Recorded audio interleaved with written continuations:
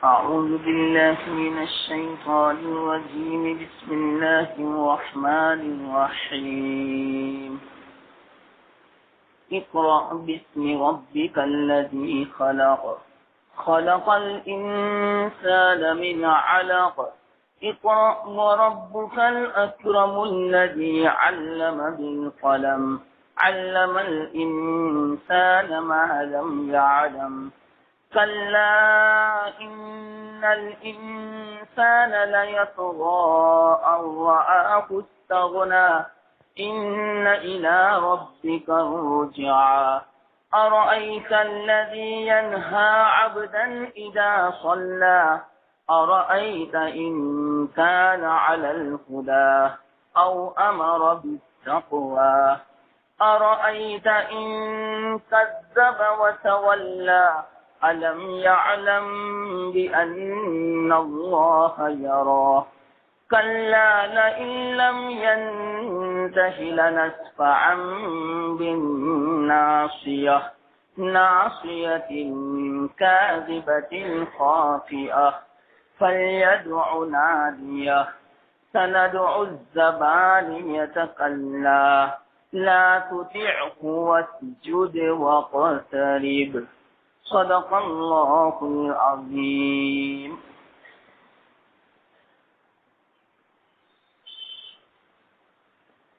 محترم دوستو،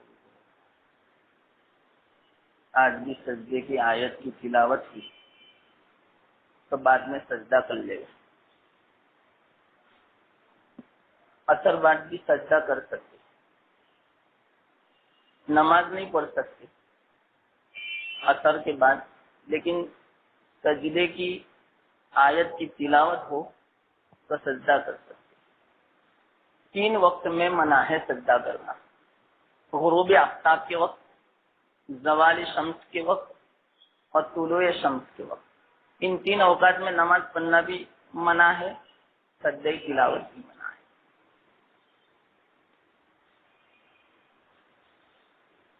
کل اس آیت کو سمجھایا تھا ان الانسان لیطغی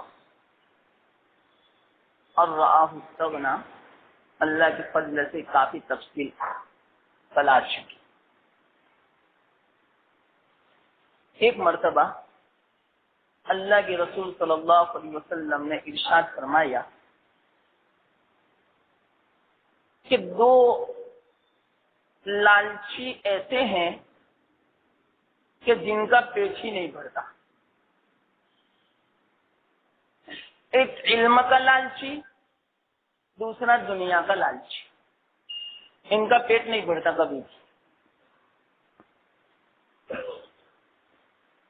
علم کا طالب جو ہوتا ہے، اللہ کے رسول صلی اللہ علیہ وسلم نے ارشاد فرمایا کہ وہ اللہ کی رضامندی حاصل کرنے میں بڑھتا ہی چلا جاتا ہے. کہ خوب علم حاصل کروں اور اس پر عمل کروں، مجھے پتا چلے کہ اللہ تعالیٰ کن چیزوں سے راضی ہوتا ہے اور کن چیزوں سے ناراض ہوتا ہے. علم میں یہی ہوتا ہے، کلام مجید کا علم، احادیث کا علم، اور جتنے بھی علوم مدارس میں پڑھائے جاتے ہیں ان تمام کا خلاصہ یہی ہے کہ اللہ تعالیٰ کن چیزوں سے راضی ہوتا ہے، کن سے ناراض ہوتا ہے، اس کا علم حاصل کیا جائے اور اس کے بعد اس پر عمل کیا جائے. تو اللہ کے رسول صلی اللہ علیہ وسلم فرماتے ہیں علم کا جو طالب ہوتا ہے وہ اللہ کی رضامندی حاصل کرنے میں آگے بڑھتا ہی چلا جاتا ہے، اور دنیا کا جو طالب ہوتا ہے وہ سرکشی میں بڑھتا چلا جاتا ہے. جتنی دنیا آتی ہے اتنی سرکشی بڑھتی رہتی. جب یہ حدیث بیان فرمائی اللہ کے رسول صلی اللہ علیہ وسلم نے، اس کے بعد یہ آیت تلاوت فرمائی: کلا ان الانسان لیطغی اور رآہ استغنی. دلیل کے طور پر گویا کہ اللہ تعالیٰ بھی یہ فرماتے ہیں، اللہ کے رسول صلی اللہ علیہ وسلم کا بھی ارشاد ہو چکا اور اللہ کا کلام بھی یہ فرماتا ہے کہ جب آدمی کے پاس مال اور دنیا آنے لگتی ہے تو سرکشی بڑھنے لگتی ہے۔ سب اس کی وجہ میں نے کل سمجھا دی، جبکہ وہ اپنے آپ کو بے نیاز سمجھنے لگتا ہے، کسی کا محتاج نہیں سمجھتا، اللہ سے غافل ہو جاتا ہے، اس وقت اس کی زندگی میں سرکشی بڑھنے لگتی ہے۔ اسی کو اللہ کے رسول صلی اللہ علیہ وسلم نے ارشاد فرمایا، آخر کار اس کا پیٹ مٹی ہی بھرتا ہے۔ جب اس کا انتقال ہو جاتا ہے، قبر میں وہ چلا جاتا ہے، تب جا کے اس کا پیٹ بھرتا ہے، دنیا کی طالب کا بھی اور اسی طرح جو علم کا طالب ہے اس کا بھی۔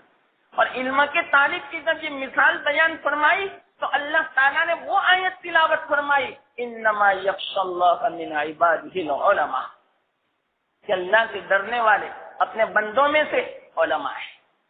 کیوں کہ علم سے پتا چلتا ہے کہ اللہ کس سے راضی ہوتا ہے اور اللہ کن چیزوں سے ناراض ہوتا ہے تو وہ اس پر عمل کرتا ہے۔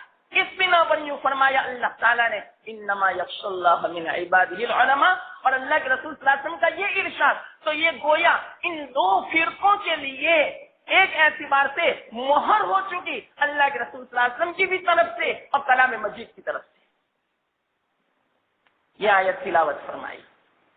اور خاص کر کے یہ آیت ابو جہل کے بارے میں نازل ہوئی، کل اس کو بھی الحمدللہ تفصیل سے میں نے سمجھایا کہ کیا دونوں کا مطلب ہے، کہ ابو جہل کتنا سرکش تھا، حضرت موسیٰ علیہ السلام کے فرعون کے مقابلے سے بھی زیادہ خطرناک۔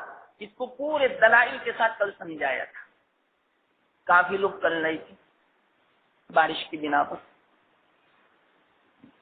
تو اللہ تعالیٰ فرماتے ہیں، کلا ان الانسان لیطغی ان رآہ استغنی ان الی ربک الرجعی، تیرے رب کی طرف لوٹنا ہے۔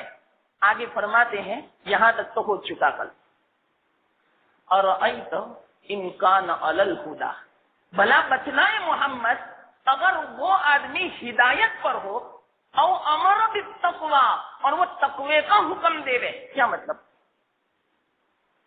سب سے پہلے جو اللہ نے فرمایا کہ خود بھی ہدایت پر ہونا چاہیے، جیسا کہ اس کے بارے میں مفسرین فرماتے ہیں کہ یہ آیت اللہ کے رسول صلی اللہ علیہ وسلم کے بارے میں ہے، کہ اللہ کے رسول صلی اللہ علیہ وسلم خود ہدایت پر تھے۔ اور پھر بعد میں دوسرا ٹکڑا جو اس آیت کا ہے، فرمایا امر بالتقوی، تقوی کا حکم دے رہے۔ تو اس سے یوں پتا چلا کہ مومن بندے کے لیے اپنی ہدایت کافی نہیں، بلکہ جو اس نے ہدایت حاصل کی وہ دوسروں تک پہنچائے، وہ دوسروں کو حکم دے دے بھلائی کا اور برائیوں سے روکے، جیسے کہ اللہ کے رسول صلی اللہ علیہ وسلم کے بارے میں فرمایا کہ وہ خود بھی ہدایت پر تھے، اور اسی طرح وہ دوسروں کو تقوی کا حکم فرماتے تھے کہ اللہ تعالیٰ ان چیزوں سے ناراض ہوتا ہے، اس سے ڈرتے رہنا، یہ مطلب او امر بالتقوی۔ اور پھر بعد میں دوسرا آدمی، ارأیت ان کذب وتولی، بھلا بتلا تو صحیح کہ جو جھٹلاوے دین کو، وتولی، اور منہ موڑے دین سے، یہ دونوں برابر ہو سکتے ہیں؟ کون، کس نے جھٹلایا تھا؟ ابو جہل نے جھٹلایا۔ کیا مطلب؟ یعنی دین ہی کو جھٹلا دیا، یعنی ہدایت ہی کو جھٹلا دیا۔ اور دوسری بات وتولی، اور ہدایت سے منہ موڑا، یعنی اس ہدایت پر اس نے عمل بھی نہیں کیا۔ دونوں چیزیں، یعنی دین کو بھی اس نے جھٹلا دیا اور دین پر اس نے عمل بھی نہیں کیا۔ یہ دونوں چیزیں اس کے اندر موجود تھی، ابو جہل کے اندر اور اللہ کے رسول صلی اللہ علیہ وسلم کے اندر وہ دو چیزیں موجود تھی، ہدایت والی اور ہدایت کو پھیلانے والی، اور اس کے اندر ہدایت بھی نہیں تھی اور اوپر سے ہدایت کو جھٹلایا بھی اور اوپر سے دین پر عمل بھی نہیں کیا۔ یہ دونوں باتیں تھی۔ اللہ تعالیٰ آگے فرماتے ہیں، الم یعلم بان اللہ یری، کیا اس کو معلوم نہیں کہ اللہ اس کو دیکھتا ہے؟ کیا مطلب اس کا؟ کہ جو اچھا کام کرے گا، نیک عمل کرے گا، جو ہدایت پر ہوگا، اللہ اس کو بھی دیکھتا ہے، اور جو جھٹلائے گا، برا کام کرے گا، نافرمانی کرے گا، گناہ کرے گا، کسی کو ستائے گا، تو اللہ اس کو بھی دیکھتا ہے۔ یعنی دونوں کو دیکھنے کا مطلب یہ ہے، جو اچھا کام کرے گا اللہ اس کو اچھا بدلا دے گا، اور جو برا کام کرے گا اللہ اس کو سزا دے گا۔ یہ آیت کا مطلب ہو گیا۔ آگے ارأیت ان کذب وتولی الم یعلم بان اللہ یری، کلا، ہرگز نہیں، لئن لم ينتهي لنسفعا بالناصیہ۔ اللہ تعالیٰ ایک عجیب بات بیان فرماتے ہیں یہاں پر، اس لیے کہ ابو جہل نے اللہ کے رسول صلی اللہ علیہ وسلم کو نماز پڑھنے سے روکا تھا بیت اللہ میں۔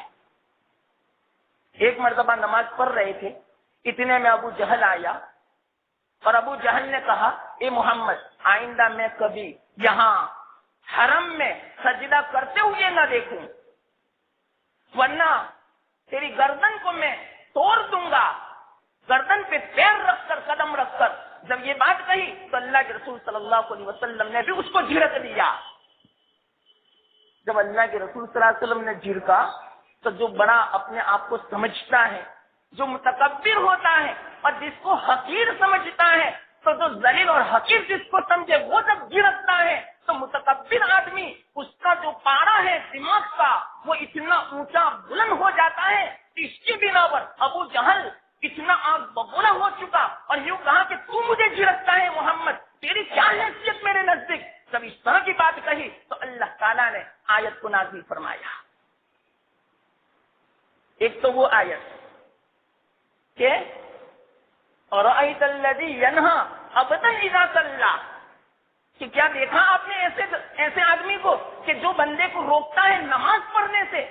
اور پھر بعد میں اللہ تعالیٰ نے یہ آیت نازل فرمائی کَلَّا لَئِن لَّمْ يَنْتَهِ، اگر وہ باز نہیں آیا اس بات سے، آپ کو ستانے سے اور آپ کو یہاں نماز پڑھنے دینے سے، اگر وہ باز نہیں آیا تو یاد رکھنا لَنَسْفَعًا بِالنَّاصِیَہ، اس کی پیشانی پکڑ کے ہم گھسیٹیں گے۔ یہ اس کا معنی لَنَسْفَعًا بِالنَّاصِیَہ، پیشانی پکڑ کے ہم گھسیٹیں گے۔ اسی بنا پر علماء نے اس آیت کے ماتحت میں بیان فرمایا کہ پیشانی کو اللہ تعالیٰ نے خاص فرمایا۔ کیا وجہ؟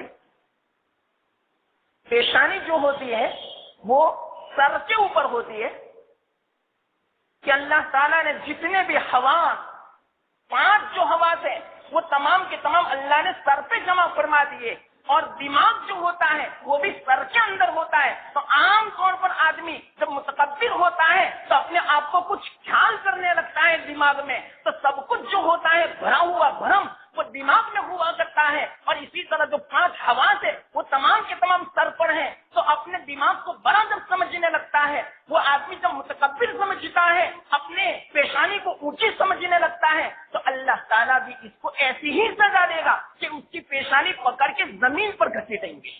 یہ اس کی سزا۔ اسی بنا پر ایک سزا تو آخرت میں ہوگی اس کی، متکبر کی، لیکن یہ سزا اللہ تعالیٰ نے دنیا میں بھی دے دی۔ کیسے تھی؟ غزوہ بدر ہوا، اس کے اندر کفار کے بڑے بڑے سردار قتل کر دیے گئے، ابو جہل بھی قتل کر دیا گیا۔ اللہ کے رسول صلی اللہ علیہ وسلم نے ابو جہل کے بارے میں فرمایا کہ اس کے کان میں سوراخ کرو، دوسرے کان میں سے نکالو اور اس میں سے رسی پیرو، اور پیرونے کے بعد اس کو الٹا گھسیٹو، تاکہ اللہ تعالیٰ نے کلام مجید میں جو بیان فرمایا اس پر عمل ہو جائے۔ پیشانی کے بل اس کو گھسیٹو، تو صحابہ نے ابو جہل کو پیشانی کے بل گھسیٹا، اور گھسیٹنے کے بعد جب کنویں کے پاس لے گئے اس کے پیشانی کے بالوں کو پکڑا اور پکڑ کے دھڑام سے کنویں میں اس کو پھینکا۔ تو یہ تو دنیا میں ہو چکا۔ کیوں؟ اللہ تعالیٰ نے کلام مجید میں یہی شکل بیان فرمائی۔ تو دنیا میں اللہ تعالیٰ نے صحابہ کے ذریعے سے پیشانی پکڑوا کے اور گھسیٹ کر اللہ تعالیٰ نے ابو جہل کو کنویں میں پھینکوا دیا۔ یہ دونوں میں مناسبت۔ آگے فرماتے ہیں لَنَسْفَعًا بِالنَّاصِیَہ نَاصِیَةٍ کَاذِبَةٍ خَاطِیَہ، ایسی پیشانی جو بالکل جھوٹی پیشانی ہے، جو بالکل خطا کار ہے، گنہگار ہے۔ یعنی کیا مطلب اس کا؟ یہاں پیشانی کو جھوٹا کہا گیا اور پیشانی کو خطا کار کیا کہا گیا، بلکہ اصل میں صحیح معنوں میں ابو جہل جھوٹا تھا اور اسی طرح ابو جہل خطا کار تھا۔ خود اس کی زبان بھی جھوٹی تھی اور اس کا عمل بھی غلط تھا اور خطا والا تھا۔ یہ مطلب ناصیۃ کاذبۃ خاطیہ۔ آگے والی آیت میں آیت کا مطلب پہلے سمجھا دوں آپ کو تھوڑا۔ فَلْيَدْعُ نَادِیَہُ، اللہ فرماتے ہیں اس کو چاہیے کہ اپنے جماعت والوں کو بلاوے. فَلْيَدْعُ نَادِيَهُ کیا مانا؟ اپنے جماعت والوں کو، یعنی ابو جہل کو چاہیے اپنے ساتھیوں کو بلاوے، اپنی جماعت والوں کو بلائے. ایسا کب کہا تھا ابو جہل نے؟ جس وقت اللہ تعالیٰ نے یہ آیت نازل فرمائی لَنَسْفَعًا بِالنَّاصِيَةِ کہ ابو جہل کی پیشانی کو ہم گھسیٹیں گے. تو یہ کسی بھی طرح یہ آیت تلاوت ہوتے ہوتے ابو جہل کے پاس پہنچی تو ابو جہل مارے گھستے گئے. اللہ کے رسول صلی اللہ علیہ وسلم کی خدمت میں آیا اور یوں کہا میرے بارے میں اللہ نے یہ آیت نازل کی. یاد رکھنا اگر میں چاہوں تو یہ جو پوری وادی جو ہے مکہ کی اس سے میں پورے سواروں سے بھر دوں، گھوڑے سواروں سے بھر دوں. تیری کیا حقیقت؟ مجھے ایسوں کو بلانے کی کوئی ضرورت نہیں، بلکہ مکہ میں جو میرے ساتھی ہیں وہ تمام کے تمام ساتھی تیرے لیے کافی ہیں. ان سب کو بلانے کی بھی ضرورت نہیں. مکہ کے جتنے بھی ہیں وہ تمام کے تمام میری فیور میں ہیں. اگر میں ابھی جو سب کو میں آواز دوں تمام کے تمام جمع ہو جا رہے تیرے خلاف میں اور تیرے پتر بستر کر دے اور تجھے کب سے ختم کر دے. اس طرح اس نے دھمکی دی تو اللہ تعالیٰ نے فوراً آیت نازل فرمائی فَلْيَدْعُ نَادِيَهُ اے محمد ان سے کہہ دو جاؤ اپنی جماعت والوں کو بلاؤ. اگر تو بلائے گا اپنی جماعت والوں کو تو سند اس زبانیہ تو ہم بھی زبانیہ کو بلائیں گے. اللہ تعالیٰ کو بلانے کی کیا ضرورت؟ اصل میں عذاب تو اللہ ہی دے گا لیکن فرشتوں کے واسطے سے. اور وہ فرشتے کون ہوں گے؟ زبانیہ فرشتے ہوں گے. اور زبانیہ فرشتے کسے کہتے ہیں؟ بغور سننا. یہ تمام کی تمام وہی کس بات پر؟ یہ بھی یاد رکھیں کس بات پر؟ نماز پڑھنے سے روکتا تھا. اس پر یہ وعید ہے. اس پر اتنی خطرناک سزا ہے. تو اسی طرح دنیا میں بھی جو کسی کو نماز پڑھنے سے روکے گا اس کی بھی یہی سزا ہوگی. تو کیا سزا؟ سند الزبانیہ ہم زبانیہ کو بلائیں گے. اب زبانیہ کون ہے؟ اللہ کے رسول صلی اللہ علیہ وسلم کا ارشاد سنو کہ زبانیہ کون ہے. یاد رکھنا ایک ایک بات کیونکہ آج سورت مجھے ختم کرنی ہے ورنہ اگر بیچ میں سب باتیں آئے گی تو سورت بھی ختم نہیں ہوگی. اس لیے سورت کی تفسیر اور ترجمہ برابر یاد رکھیں. زبانیہ کسے کہتے ہیں؟ اللہ کے رسول صلی اللہ علیہ وسلم نے ارشاد فرمایا. یاد رکھنا زبانیہ کون ہے. فرماتے ہیں اگر زبانیہ دنیا میں آ جائے اور وہ دنیا میں کھڑا ہو جاوے تو اس کا پاؤں زمین پر ہو اور اس کا سر آسمانوں کو چھوئے. کتنا اونچا ہے وہ زبانیہ. اور اس کے بال آسمان پر اس کا سر ہے وہاں سے بال اگر اس کے لٹکے تو زمین پر گھسیٹے. اتنے بڑے بڑے اس کے بال ہیں. اب آپ ہی بتلاؤ ایسی صورت کا آدمی کتنا بھیانک لگے. آگے فرماتے اللہ کے رسول صلی اللہ علیہ وسلم اس کی آنکھیں بجلی کی طرح چمکتی ہیں. کوئی آدمی اس کو دیکھ بھی نہیں سکتا اس کی آنکھوں کو. اتنی خطرناک تو اس کی آنکھیں ہیں زبانیہ کی. اور اس کے دانت 12 سنگا جو آتا ہے سابر جو آتا ہے اس کا جو سنگ آتا ہے ٹیڑھا میڑا ایٹھا ہوا تو اس طرح اس کے منہ میں دانت ہے ایٹھے ہوئے ٹیڑھے میڑے. اتنے خطرناک کہ آدمی اگر دانت کو دیکھ لے گئے تو اپنے جگر کے ٹکڑے ٹکڑے کر دے. اس کے دانت ایسے. فرمایا اس کے منہ میں سے آنکھ کے شعلے نکلتے ہیں. آنکھ کے بڑے بڑے شعلے نکلتے ہیں. یہ ہے زبانیہ.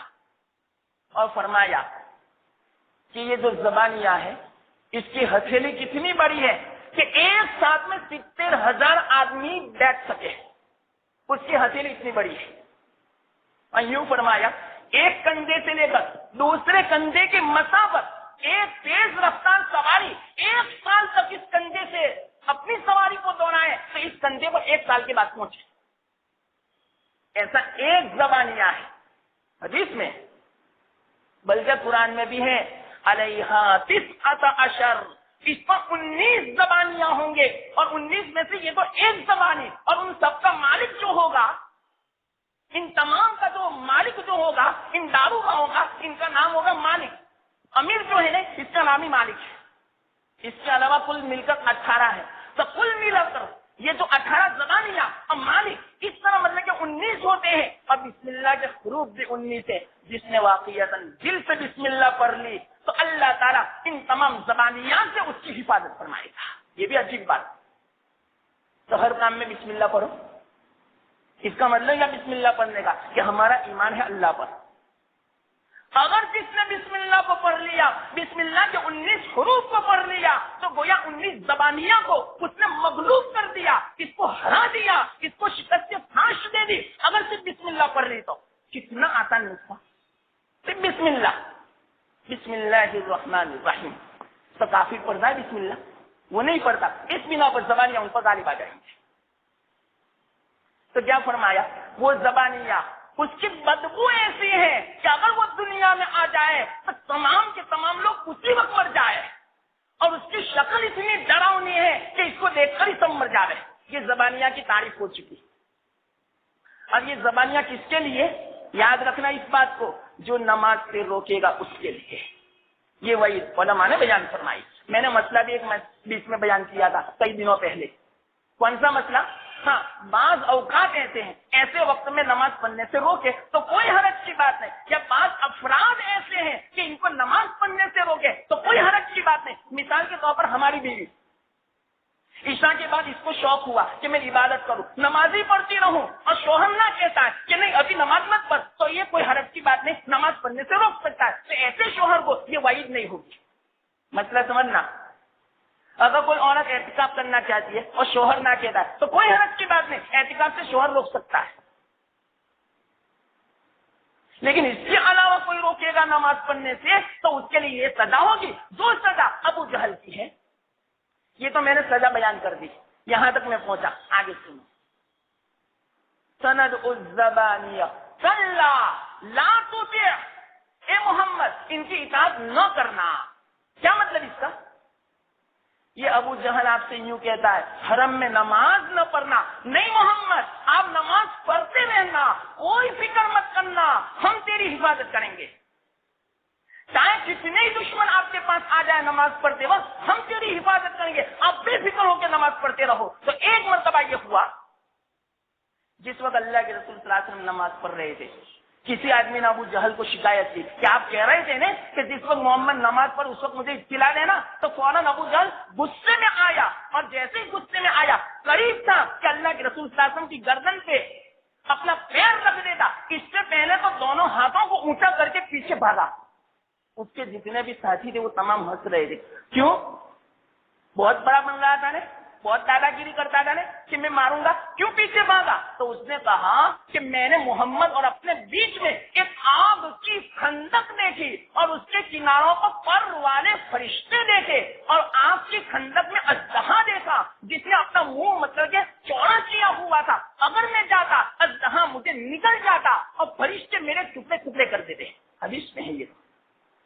بلکہ یہ سب باتیں ہو چکی تو نماز جب فارغ ہو گئی اللہ کے رسول صلی اللہ علیہ وسلم نے ارشاد فرمایا ابو جہل میرے پاس آ رہا تھا نے، مسکرا کر فرمایا اگر وہ آتا، جتنے بھی کافر ہیں اور جتنے بھی یہاں مسلمان ہیں وہ اپنی نظروں سے فرشتے دیکھ لیتے. اگر وہ آتا تو اچھا ہوتا، تمام لوگ فرشتوں کو اپنی نظروں سے دیکھتے اور ابو جہل کی بوٹی بوٹی کر دیتے. یہ الفاظ ہے. اس کے بدن کے ٹکڑے ٹکڑے کر دیتے وہ فرشتے. اچھا ہوا کہ بھاگا. تو اللہ تعالیٰ نے فرمایا لا تطع، اے محمد اس کی اطاعت مت کرنا، ہم تیری حفاظت کریں گے جیسے یہ حفاظت کی. اب بعد میں کیا ہوا یہ بھی عجیب بات. جب اس طرح ابو جہل نے دیکھا نے تو وہ بھاگا تو پوری باتیں بیان کی. تو ان کے ساتھیوں نے یوں کہا، کافر تھے، تو ابو جہل تیرا کیا خیال ہے؟ یہ جو آگ کی خندق جو تھی وہ، اور جو فرشتے آپ نے پر والے دیکھے وہ، اور اژدہا جو تھا وہ، آپ کے اس کے بارے میں کیا خیال ہے؟ لیکن میرا یہ خیال ہے کہ محمد بڑا جادوگر ہے. نعوذ. دیکھو تو صحیح، یہ اس نے خیال بیان کیا کہ ان کے پاس کوئی جاتا ہے تو اپنے جادو کے زور سے اس طرح کا کرشمہ وہ دکھاتا ہے تو محمد بڑا جادوگر لگتا ہے. میں کبھی اس پر کامیاب نہیں ہو سکتا، میں کبھی اس پر غالب نہیں آ سکتا، وہی میرے اوپر غالب آ سکتا ہے. اس طرح اس نے اپنی بات کو ٹھکرا دیا. ورنہ یہی بات اس کے لیے ہدایت کے لیے کافی تھی. تو اس کا مطلب تو ہو گیا لا تطع. آگے فرما دیں واسجد واقترب، اے محمد سجدہ کرتے رہو اور اللہ کا قرب حاصل کرتے رہو. سمجھ گئے؟ یہ پوری سورت کی تفسیر پوری ہی آج 7 دن ہوئی الحمدللہ. گزشتہ اتوار کو میں نے شروعات کی.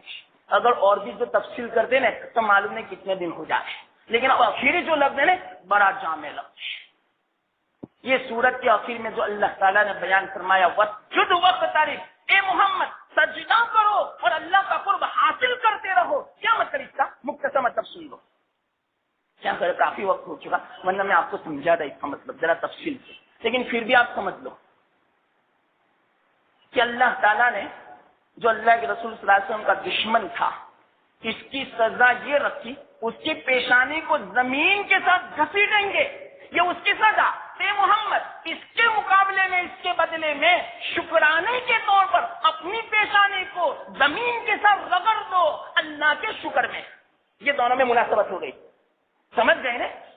ادھر دشمن کی پیشانی کو غصے میں گھسیٹی تو اللہ یوں فرماتے ہیں محمد آپ اپنی پیشانی کو عاجزی میں، شکر میں میرے سامنے زمین پر رگڑ دو تاکہ دونوں میں مناسبت ہو جائے. اچھا، اگر تم اپنی پیشانی کو زمین کے ساتھ رگڑ دو گے تو اس کا سب سے بڑا یہ فائدہ ہوگا کہ میرے سے قرب حاصل ہوگا. کسی کو اللہ فرماتے وسجد وقترب، سجدہ کرو گے تو قرب حاصل ہوگا. اس سے یوں پتا چلا جو آدمی جتنا سجدہ کرتا ہے، جتنی نمازیں پڑھتا ہے، اللہ کا قرب بڑھتا ہی چلا جاتا ہے. یہ عجیب بات. اب ایسا کیوں؟ اب اس کی وجہ میں آپ کو بتلاؤں کہ سجدے سے اللہ کا قرب میں اضافہ کیوں ہوتا ہے. اس کی وجہ سن لو، علمی وجہ ہے. اس لیے کہ جب آدمی سجدہ کرتا ہے تو اپنی اصلیت کی طرف وہ جاتا ہے. اس لیے کہ انسان کی اصلیت کیا ہے؟ مٹی. مٹی سے بنا. ہمارے بدن میں جو اکثر حصہ ہے وہ مٹی کا ہے. تو جب آدمی اپنے آپ کو سجدے میں سر رکھتا ہے تو وہ گویا اپنی اصلیت کی طرف متوجہ ہوا. اور جو آدمی اپنی اصلیت کی طرف متوجہ ہوتا ہے اپنے آپ کو مٹا دیتا ہے. حدیث میں یوں آتا ہے اللہ تعالیٰ اس کو بلند مرتبہ عطا فرما دے، اور اتنا بلند فرماتے ہیں کہ جس کی بنا پر وہ اللہ کا مقرب بن جاتا ہے. یہ وجہ. اب بغیر سننا میں اور آگے بیان کرتا ہوں. اس سے یوں پتا چلا کہ انسانیت کی اصل ہے اپنے آپ کو مٹا دینا. اگر کسی نے تکبر کیا جیسا کہ ابو جہل نے کیا تو تکبر کا کیا نتیجہ ہوا؟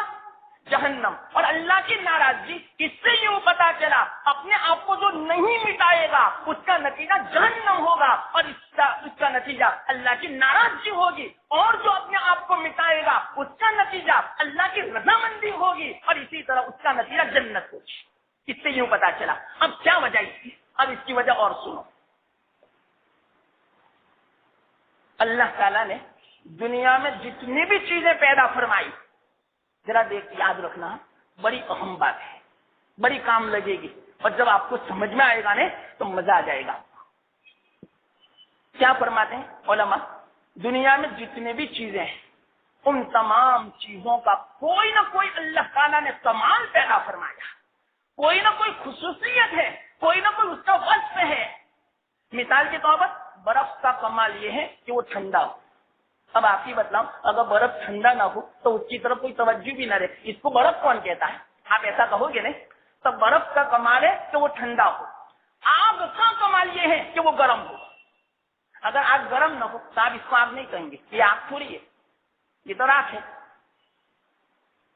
پتھر کا کمال یہ ہے کہ وہ سخت ہو، مضبوط ہو. ریشم کا کمال یہ ہے کہ وہ نرم اور ملائم ہو. تو یاد رکھنا اسی طرح انسان بھی ایک مخلوق ہے. تو انسان کا کمال یہ ہے کہ وہ عاجز بن کے رہے، وہ بندہ بن کے رہے. یہ ہے انسان کا کمال. سمجھ گئے نا؟ کیوں؟ اس لیے کہ انسان کو پیدا ہی اسی لیے کیا. وَمَا خَلَقْتُ الْجِنَّ وَالْإِنسَ إِلَّا لِيَعْبُدُونِ. میں نے انسانوں جناتوں کو عبادت کے لیے پیدا کیا، اپنی ابدیت کے لیے پیدا کیا. اس سے یوں پتا چلا کامل بندہ وہ سمجھا جائے گا کہ جس کی زندگی میں ابدیت ہوگی. کسی اچھی بات بیان کی علماء، اس کو بولتے ہیں نکتہ. عجیب پوائنٹ کی بات ہے. اس سے آپ نہ معلوم کتنی باتیں نکال سکتے ہیں. تب اس سے یوں پتا چلا آدمی کے اندر جب عاجزی ہوگی، تواضع ہوگا تو یہ اس کے لیے کامیابی مطلب کہ اصل ہے. اب آپ ہی بتلاؤ اللہ کے رسول صلی اللہ علیہ وسلم کے اندر جو عاجزی تھی، ایسی عاجزی ایسا تواضع تو کسی کے اندر ہو ہی نہیں سکتا. اس بنا پر آپ کا جو کمال ہے آپ کے کمال کو کوئی نہیں سمجھ سکتا. اسی بنا پر تو اللہ تعالیٰ نے اللہ کے رسول صلی اللہ علیہ وسلم کی ابدیت کاملہ کو دیکھ کر اسراء اور معراج فرمائی، اور جب اسراء اور معراج فرمائی تو اللہ تعالیٰ نے کلام مجید میں عبد سے تعبیر کیا، سبحان الذی اسریٰ یہاں پر عبد لائے، کوئی رسول یا کوئی نبی والا وصف نہیں لائے۔ اس سے یوں پتا چلا ہمارا جو کمال ہے وہ ہے کون سا؟ عبدیت والا، کہ بندہ بندہ بن کر رہے، نہ کہ بندہ متکبر بن کے رہے۔ اس لیے کہ متکبر ہونا یہ اللہ کا کمال ہے، یہ بھی یاد رکھیں۔ اللہ کا کمال کیا ہے؟ متکبر ہونا، میں سب سے بڑا ہوں اس طرح اللہ کہہ سکتا ہے۔ تو اللہ کا کمال متکبر ہے، اور بندے کا جو کمال ہے وہ عبدیت والا ہے۔ اللہ کے رسول صلی اللہ علیہ وسلم کی تواضع کی باتیں تو میں کیا بیان کروں، کتنی تواضع کی باتیں۔ ایک مثال جلدی جلدی میں آپ کو بتا دوں۔ ایک مرتبہ اللہ کے رسول صلی اللہ علیہ وسلم کی خدمت میں چند مہمان آئے، تو اللہ کے رسول صلی اللہ علیہ وسلم نے فرمایا کہ ہر آدمی ایک ایک مہمان کو تقسیم کر لیں۔ تو جتنے صحابہ تھے انہوں نے دیکھا ایک آدمی بڑا شریر قسم کا تھا، اس کو کسی نے نہیں لیا، وہ آخر میں باقی رہا۔ تو اللہ کے رسول صلی اللہ علیہ وسلم نے وہ جو شریر قسم کا جو کافر تھا اس کو اپنا مہمان بنایا۔ جب مہمان بنا لیا، اتنا شریر تھا، آپ کو اس واقعے سے پتا چلے گا۔ وہ گھر میں جب کھانے بیٹھا، پورا کھانا اس کے سامنے رکھ دیا گیا۔ اس کو معلوم تھا یہی کھانا پورے گھر والوں کے لیے، اس سے نہیں کھایا جاتا تھا، اس کے باوجود پورا کھانا کھا گیا، اور یہ نیت سے کھایا، وہ خود کہتا ہے میں اس نیت سے کھایا کہ تاکہ یہ گھر والے بھوکے رہیں۔ آپ اندازہ لگاؤ کتنا شریر ہوگا وہ کافی، پورا کھانا کھا گیا، لیکن کھا کر جائے گا کہاں؟ رات کو کھایا، کہیں تفریح کے لیے تو گیا نہیں، کام تو کیا نہیں، گھر میں ہی باقی رہا۔ تو جس کمرے میں الگ سے اللہ کے رسول صلی اللہ علیہ وسلم نے اس کو کمرہ دیا اور بہترین بستر اس کے لیے بچھایا، تو وہ آدمی رات میں کھانا بد ہضمی ہو گئی، کھانا ہضم نہیں ہو سکا، تو رات ہی میں اس نے پاخانہ کرنا شروع کر دیا، پورے کمرے میں پاخانہ کیا، یہاں تک کہ بستر پر بھی پاخانہ کیا۔ صبح جلدی کہ فجر کی اذان ہونے سے پہلے ہی وہ کافر بھاگ گیا کہ کہیں ایسا نہ ہو کہ صبح میں مجھے پکڑ لے اور مجھے کوئی قتل کر دے۔ اس بنا پر جلدی سے بھاگ گیا۔ تو اللہ کے رسول صلی اللہ علیہ وسلم سب سے پہلے مسجد میں آنے سے پہلے اس کافر کے پاس تشریف لے گئے، اس کی خبر گیری کے لیے کہ رات کو آپ کو نیند آئی کہ نہیں، کوئی تکلیف تو نہیں پہنچی؟ دروازہ کھولا تو نہیں تھا وہ۔ اللہ کے رسول صلی اللہ علیہ وسلم نے بہت افسوس کیا، اوہو میرا مہمان چلا گیا، میں ان کو پوچھ نہیں سکا، ان کو کوئی تکلیف ہوگی کہ رات کو رہا، کیا نیند نہیں آئی، کیوں پریشانی کی بنا پر وہ چلا گیا، کسی بھی طرف چلا گیا۔ نماز کے بعد جب کمرے میں تشریف لے گئے تو کمرہ دیکھا پاخانے سے بھرا ہوا تھا، یہاں تک کہ بستر پر بھی پاخانہ تھا۔ اللہ کے رسول صلی اللہ علیہ وسلم کسی کو نہیں بلایا، نہ اپنی بیوی کو بلایا، نہ کسی صحابی کو بلایا۔ آپ ہی بتلاؤ ہر صحابی کیسے تھے، جان دینے کے لیے تیار، اگر اشارہ کر دے اللہ کے رسول صلی اللہ علیہ وسلم نے وہ بستر خود اٹھایا اور اٹھا کر اپنے ہاتھوں سے وہ بستر ناپاکی دھوئی، پاخانے کو دھویا۔ اتنے میں صحابی آئے، تمام صحابہ، اور یوں کہا یا رسول اللہ یہ کیا کہ اس طرح ہوا مہمان، اس کو کوئی اس طرح پریشانی ہوئی ہوگی؟ تو اتنے میں فرشتے جتنے بھی جو صحابہ تھے وہ ناراض ہو گئے، غصے میں آگ بگولا ہو گئے۔ اتنے میں وہ آدمی جہاں پہنچا تھا ایک دم سے یاد آیا کہ میری قیمتی تلوار تو میں بھول گیا، تو 8-9 بجے ہوں گے، اتنے میں وہ تلوار لینے آیا۔ تو اللہ کے رسول صلی اللہ علیہ وسلم کو دیکھا کہ وہ بستر دھو رہے تھے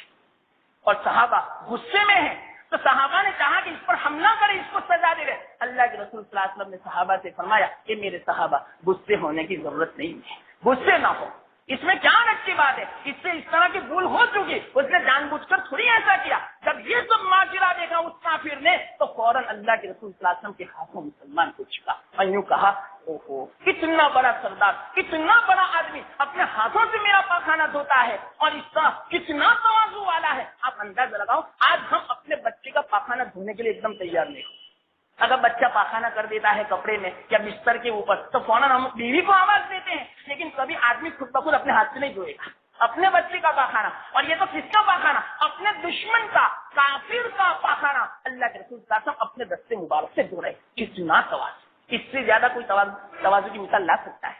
اتنے واقعات ہیں اللہ کے رسول صلی اللہ علیہ وسلم کی تواضع کے کہ آدمی بیان نہیں کر سکتا، پوری زندگی تواضع سے بھری ہوئی۔ اور ان کے بعد حضرت ابوبکر صدیق رضی اللہ تعالیٰ کے واقعات عجیب ہیں، اور ان کے بعد حضرت عمر رضی اللہ تعالیٰ عنہ کے اتنے واقعات ہیں، میں سمجھا کہ ہر ایک کے ایک ایک واقعے میں بیان کروں گا، لیکن کافی وقت ہو چکا، کیا کروں، معاف فرمائے۔ اب اللہ کو جو منظور ہوگا، اگر ہمیں سلامت رکھا تو انشاءاللہ آئندہ کا وآخر دعوانا الحمدللہ۔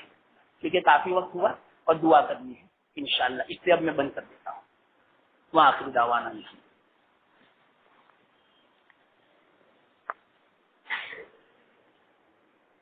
بسم اللہ الرحمن الرحیم سبحان اللہ وبحمدہ سبحان اللہ العظیم. یا ربی لک الحمد کما ینبغی لجلال وجهک وعظیم سلطانک. سبحان اللہ وبحمدہ عدد خلقہ ورضا نفسہ وزنة عرشه ومداد كلماته. اللهم لا نحصي ثناء عليك أنت كما أثنيت على نفسك. اللهم صل على محمد عبدك ورسولك وصل على المؤمنين والمؤمنات والمسلمين والمسلمات وبارك وسلم. اللهم لك الحمد كما أنت أهل وصل وسلم على سيدنا محمد كما أنت أهل وافعل بنا كما أنت أهل وافعل بنا ما أنت أهل فإنك أهل التقوى وأهل المغفرة. يا أرحم الراحمين يا حي يا قيوم يا ذا الجلال والإكرام. يا حي يا قيوم يا ذا الجلال والإكرام. يا أرحم الراحمين ہم سب کے حال پر رحم فرما. یا اللہ کرم فرما. یا کریم کرم فرما. یا ذا الفضل العظیم فضل کا معاملہ فرما. یا اللہ ہماری پکڑ نہ فرما. یا ارحم الراحمین آپ کی نعمتیں ہمارے اوپر دن رات موسلادھار بارش کے قطرات سے بھی زیادہ برستی رہی. یا اللہ لیکن ہم تیری ہی نافرمانی کرتے رہے. یا اللہ اس جرم عظیم کو معاف فرما. یا اللہ ہماری پکڑ نہ فرمانا.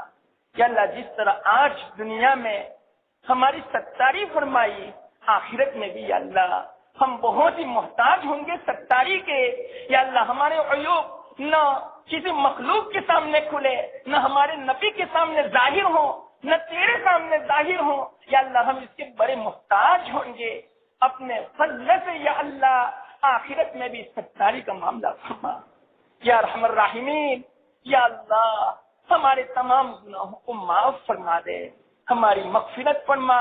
یا ارحم الراحمین یہ تمام کے تمام تیرے بندے بڑے شوق سے یا اللہ تیرے کلام کا مطلب سننے کے لیے کشاں کشاں یا اللہ پورا مہینہ آتے رہے. اپنے فضل سے یا اللہ ان کے آنے کو قبول فرما لے. یا اللہ ان کی قبولیت کی بنا پر میرے کہنے کو بھی یا اللہ میرے بیان کرنے کو بھی اپنی فضل سے اپنی توفیق سے یا اللہ اس کو بھی قبول فرما لے.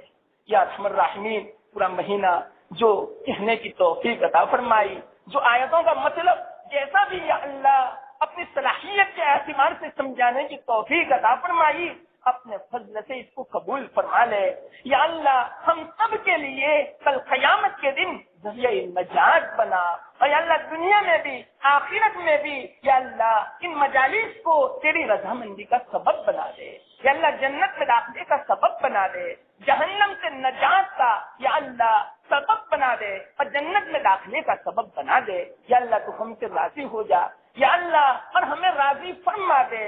یا ارحم الراحمین یا حی یا قیوم جتنے بھی کلام مجید میں یا اللہ جو باتیں آپ نے کرنے کی بیان فرمائی یا اللہ ان سب پر عمل کی توفیق عطا فرما, اور جن سے بچنے کی یا اللہ آپ نے تلقین فرمائی حکم دیا ان تمام باتوں سے ہمیں بچنے کی توفیق عطا فرما. کلام مجید سے لگاؤ پیدا فرما, کلام مجید سے نسبت پیدا فرما, کلام مجید سے تعلق پیدا فرما. پوری زندگی پابندی کے ساتھ تلاوت کی توفیق عطا فرما. کلام مجید کا حق جتنا بھی ہم سے ہو سکے ادا کرنے کی توفیق عطا فرما. یا اللہ کلام مجید کو سمجھنے کی توفیق دے دے, کلام مجید کو عمل میں لانے کی توفیق عطا فرما. یا ارحم الراحمین کلام مجید کے ذریعے سے ہمارے قلوب کو یا اللہ باغ و بہار بنا دے, ہمارے غموں کو دور فرما دے, ہماری پریشانیوں کو دور فرما دے, ہماری مشکلات کو آسان فرما دے, ہمارے مسائل کو حل فرما دے, ہماری بیماریوں کو یا اللہ اس کلام مجید کی برکت سے دور فرما دے. اس قرآن کی برکت سے, قرآن میں تو شفا ہے یا اللہ, اس کی تلاوت کرے عمل کرے اس میں شفا ہے. ظاہری باطنی تمام بیماریوں سے یا اللہ اس کلام مجید کی برکت سے بیماروں کو شفا دے دے یا اللہ, اور صحت مندوں کو خوب مزید صحت عطا فرما, مزید قوت عطا فرما, مزید عافیت عطا فرما, سب کو عافیت عطا فرما. یا اللہ جہاں جتنے بھی ہیں اور ان کے جتنے بھی متعلقین ہیں جو بھی شوق سے آیا سب کو قبول فرما لے یا اللہ، سب کو صحت عطا فرما، سب کی پریشانیوں کو دور فرما۔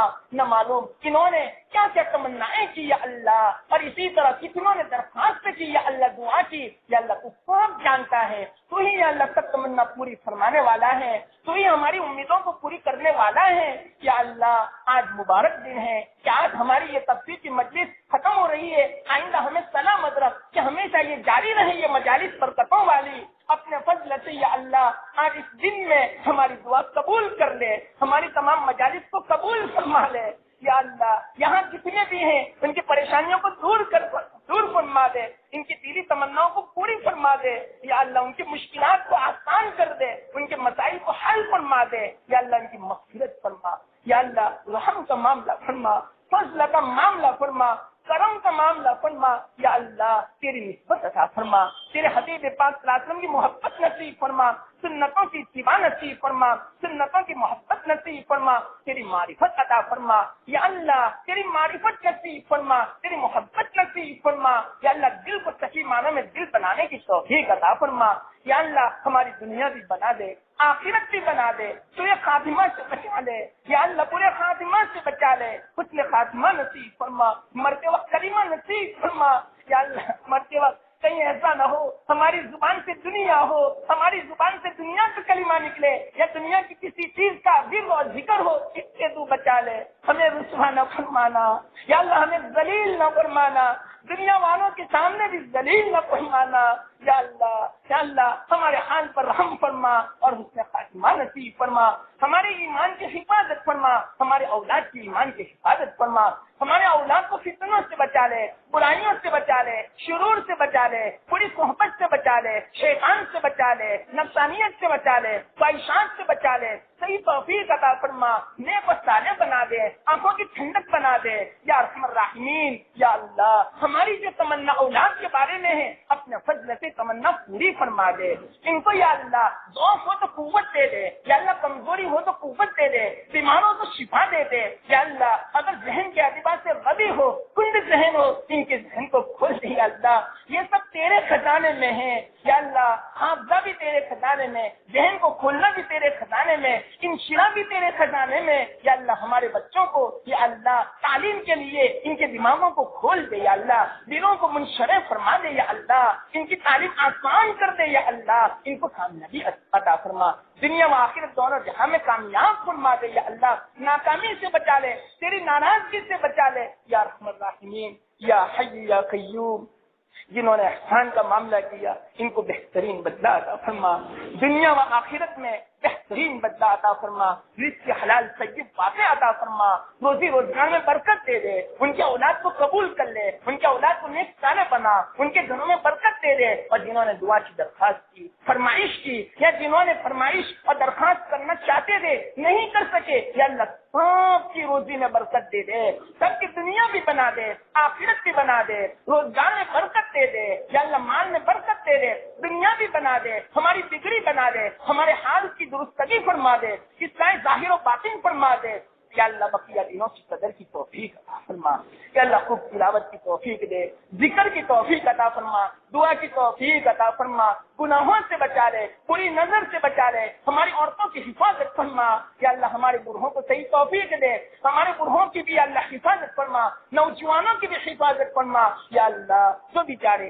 بے یا اللہ بے شادی ہیں ان کا نیک رشتہ مقدر فرما، چاہے لڑکی ہو لڑکا ہو یا اللہ، صالح رشتہ ان کے لیے مقدر فرما، اور جن کا رشتہ ہو چکا جو رکاوٹیں ہو اپنے فضل سے رکاوٹوں کو دور فرما دے، چاہے مالی اعتبار سے ہو، چاہے رشتے کے اعتبار سے ہو یا کسی بھی اعتبار سے رکاوٹ ہو، اپنے فضل سے اس مہینے کی برکت سے، اس کلام مجید کی برکت سے یا اللہ دور فرما دے ان کی رکاوٹوں کو، ان کی پریشانیوں کو دور فرما دے، جو بیچارے مقروضین ہیں قرض کی ادائیگی کے لیے عزت کے ساتھ، عافیت کے ساتھ، آسانی کے ساتھ، اپنی مدد کے ساتھ اسباب پیدا فرما یا اللہ، جس کی جو ضرورت ہو عزت اور عافیت کے ساتھ پوری فرما دے یا ارحم الراحمین بہت کچھ مانگنا ہے یا ارحم الراحمین، تیرے ہی پاس سب لینا ہے یا اللہ، تیرے در کے علاوہ کوئی در نہیں یا اللہ، تیرے علاوہ کوئی نہیں جو ہماری تمنا امیدیں پوری کر سکے یا اللہ، تو جانتا ہے ہماری کیا تمنا، بلکہ جو ہم اپنی حاجتیں جانتے ہیں اس سے زیادہ تو جانتا ہے کہ ہماری حاجت ضرورت کیا ہے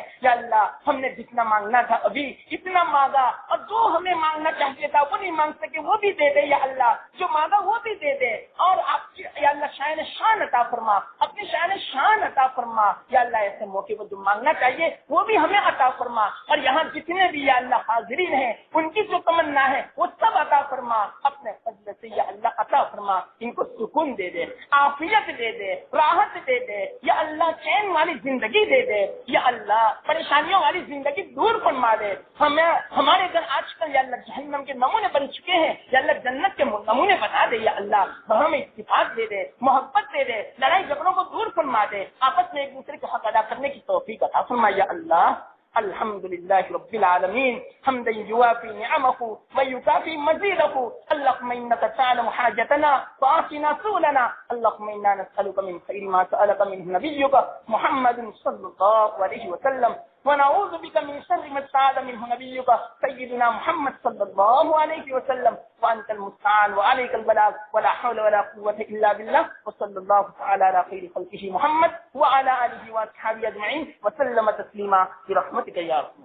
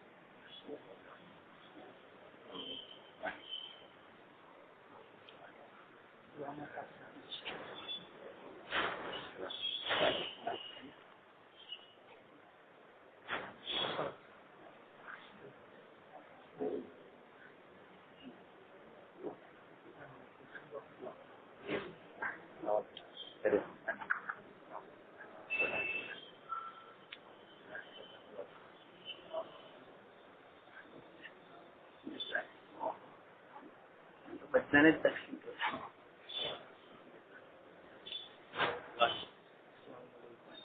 پانی سر تو دیکھنے کے